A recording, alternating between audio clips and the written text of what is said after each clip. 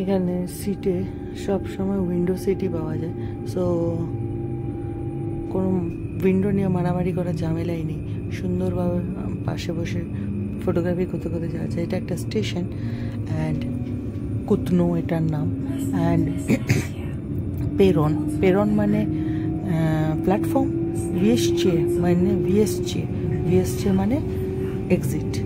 ঘুরতে গিয়ে যেটা আমরা করি, লোকাল কুজিন ট্রাই করি, আর তাতে একটা লাভ হয়, ওদের ওখানকার টেস্টটাও বোঝা যায়, ওরা কী কী স্পাইসেস ইউজ করছে, আর সেটা আবার ঘরে এসে যখন আমি কুক করি নিজের স্টাইলে, বোঝা যায় যে কতটুকু জানতে পারলাম ওই দেশের কালচারটাকে ফুডের মাধ্যমে।